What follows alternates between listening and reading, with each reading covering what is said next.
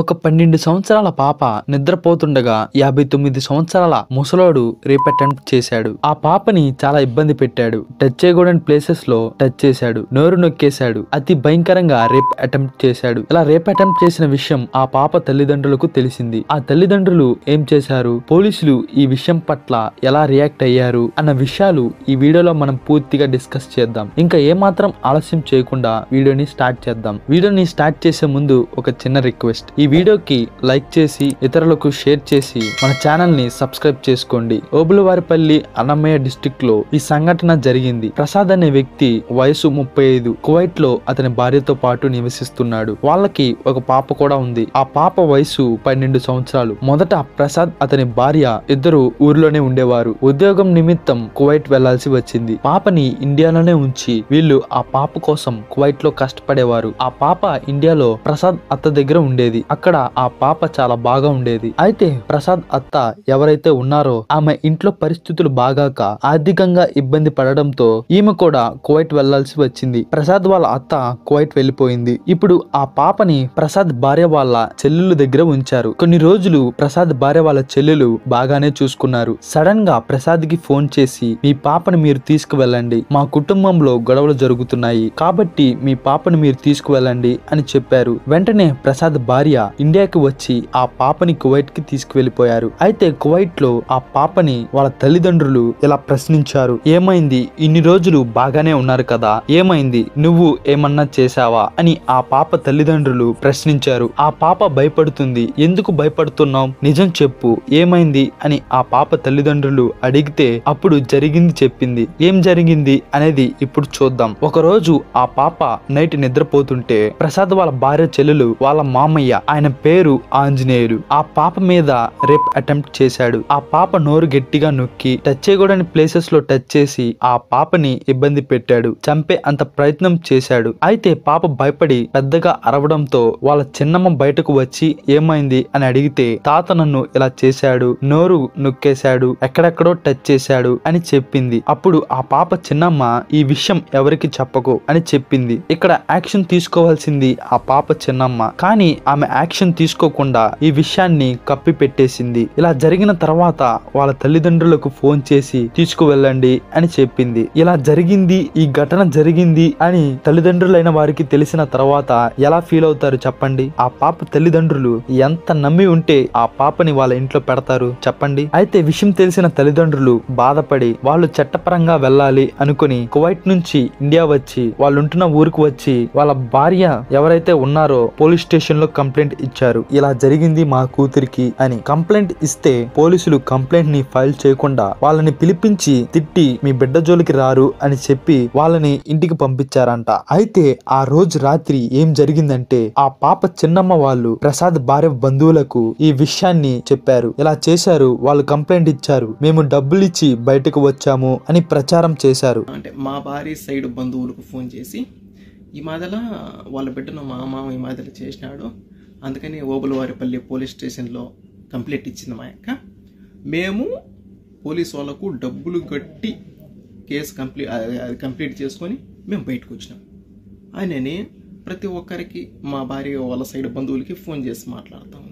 అయితే వాళ్ళ కుటుంబానికి మొత్తం ఈ న్యూస్ స్ప్రెడ్ అయిపోయింది. ఇలా అందరికి తెలిస్తే ఆ పాప పరువు ఏమైపోతుంది చెప్పండి. ఇలాగా వాళ్ళు ప్రచారం చేస్తుంటే ప్రసాద్ వాళ్ళ భార్య ప్రసాద్ కి ఫోన్ చేసి ఇలా చేస్తున్నారు అని చెప్పింది. అప్పుడు ప్రసాద్ మళ్ళీ పోలీస్ స్టేషన్ కి వెళ్ళు, ఇలా పబ్లిక్ చేస్తున్నారు అని చెప్పు అని చెప్పాడు. అయితే భర్త చెప్పినట్టు భార్య చేసింది. అప్పుడు పోలీసులు వాళ్ళని తిట్టారు, ఎందుకు ఇలా పబ్లిక్ చేస్తున్నారు, ఇది ఒక ఆడపిల్లకి సంబంధించింది కదా అని వాళ్ళను మందగించారు. అప్పుడు ఆ పాప చిన్నమ్మ పోలీసులు ఆమెను ఏమన్నా చేస్తారేమో అని పురుగుల మందు తాగింది, అంటే సూసైడ్ అటెంప్ట్ చేసింది. అక్కడ తప్పుంటేనేగా సూసైడ్ అటెంప్ట్ చేసేది, కాబట్టి తప్పు జరిగింది అని మనకి స్పష్టంగా తెలుస్తుంది. ఇలా ఆ పాప చిన్నమ్మ పురుగుల మందు తాగింది అని పోలీసులకు ఇన్ఫర్మేషన్ అందింది. అయితే పోలీసులు ఆమెకు ఏమన్నా జరిగితే ప్రసాద్ భార్యను అరెస్ట్ చేస్తాం అని చెప్పారంట. అప్పుడు ఆ పాప చిన్నమ్మని హాస్పిటల్ కి తీసుకువెళ్లి చూపిస్తే సెట్ అయింది. పోలీసులు ప్రసాద్ భార్యను కూడా పంపించేశారు. ఓకే బాగు బాగుందంట, ఇక నువ్వు వెళ్ళొచ్చు అని ప్రసాద్ భార్యకి చెప్పారు. అక్కడ నుంచి పంపించేశారంట. అప్పుడు ఇది చూసి తట్టుకోలేక ప్రసాద్ భార్య కూడా సూసైడ్ అటెంప్ట్ చేసింది. మా పాపకి ఇలా జరిగింది అని కంప్లైంట్ ఇస్తే తిరిగి నా మీదే మళ్ళీ బండారం మోపుతారా అని చెప్పి ఆమె ఇలా చేసుకుంది. అయితే ప్రసాద్ భార్యకు ఏమవ్వలేదు, ఆమె బానే ఉంది. అప్పుడు ప్రసాద్ కువైట్ నుంచి వచ్చి ప్రసాద్ భార్యని కువైట్ కి తీసుకువెళ్లిపోయారు. వీళ్ళు కువైట్ లో ఉన్నప్పుడు ఆలోచిస్తే చట్టపరంగా వెళ్ళాం, ఏమీ జరగలేదు. అటు చూస్తే పాప చిన్నమ్మ బంధువులందరికీ ప్రచారం చేసింది. బంధువులు సైలెంట్ గా ఉండకుండా ఇలా జరిగిందా, నువ్వు ఏం చేయలేదా అని ప్రసాద్ ని ప్రశ్నిస్తున్నారు. ఎలా అయినా గాని బిడ్డను కాపాడుకోవాలి అని ఒక నిర్ణయం తీసుకున్నాడు. ప్రసాద్ డిసెంబర్ 6న కువైట్ నుంచి ఇండియాకు వచ్చి రాత్రి సమయంలో ఒక రాడ్ తీసుకొని ఆ ఆంజనేయుల్ని బయట పనుకున్నాడంట. తల మీద కొట్టి చంపి తిరిగి మళ్ళీ కువైట్ కి వెళ్లిపోయాడు. ఇలా అతనిని చంపేస్తున్నానని భార్యకు గాని అటు వారికి గాని అసలు ఎవరికి చెప్పకుండా ప్రసాద్ ఇలా చేశాడు. తర్వాత రోజు చూస్తే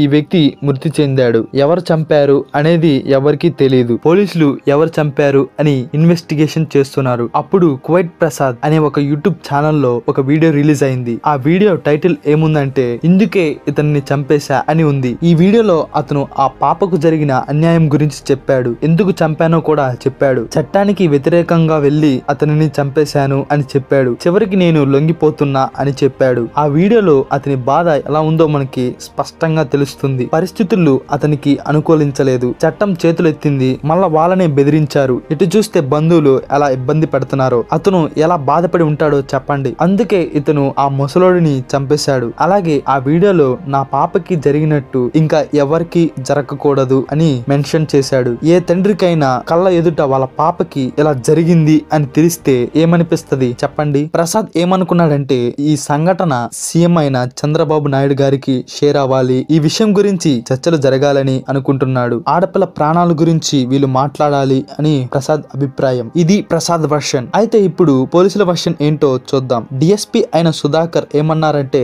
ఈ విషయం జరిగింది అని మాకు తెలియదు. ప్రసాద్ భార్య నవంబర్ 21న వచ్చి మా పాపని హాస్టల్లో వేస్తున్నాం, పాప చిన్నమ్మ ఎవరైతే ఉన్నారో వాళ్ళు పాపని చూడడానికి రాకూడదు అని కంప్లైంట్ ఇచ్చారంట. ఇలా జరిగింది అని మాకు తెలుసుంటే మేము ఖచ్చితంగా యాక్షన్ తీసుకునే వాళ్ళం అని చెప్పాడు. చంపే ముందు కువైట్ నుంచి ఇండియా వచ్చాడు కదా, అప్పుడు మాకు ఇలా జరిగింది అని చెప్పి ఉంటే మేము వారి పట్ల యాక్షన్ తీసుకునే వాళ్ళం కదా. ఏదో చేయాల్సిందంతా చేసి యూట్యూబ్ లో లొంగిపోతున్నా అని చెప్తే ఏం ఉపయోగం అని పోలీసులు చెప్పారు. ఏది ఏమైనప్పటికీ కూతురిని అలా చేసినందుకు భరించలేక అతనిని చంపేశాడు. ఇప్పుడు ఖచ్చితంగా శిక్ష అయితే అనుభవించాల్సిందే. ఈ ఎంటైర్ ఇష్యూ మీద మీ అభిప్రాయం ఏందో కింద కామెంట్ చేయండి. ప్రసాద్ చేసింది తప్పా ఒప్పా అనేది కూడా కింద కామెంట్ చేయండి. ఖచ్చితంగా అయితే కామెంట్ చేయండి. ఈ ఇష్యూ పట్ల మీరు ఖచ్చితంగా కామెంట్ చేయాలి. మరి ఈ వీడియో మీకు ఎలా అనిపించిందో కింద కామెంట్ చేయండి. ఈ వీడియో నచ్చితే లైక్ చేసి షేర్ చేసి మన ఛానల్ ని సబ్స్క్రైబ్ చేసుకోండి. మరి ఒక కొత్త వీడియోతో మళ్ళీ కలుద్దాం. అంతవరకు సెలవు, బాయ్ బాయ్.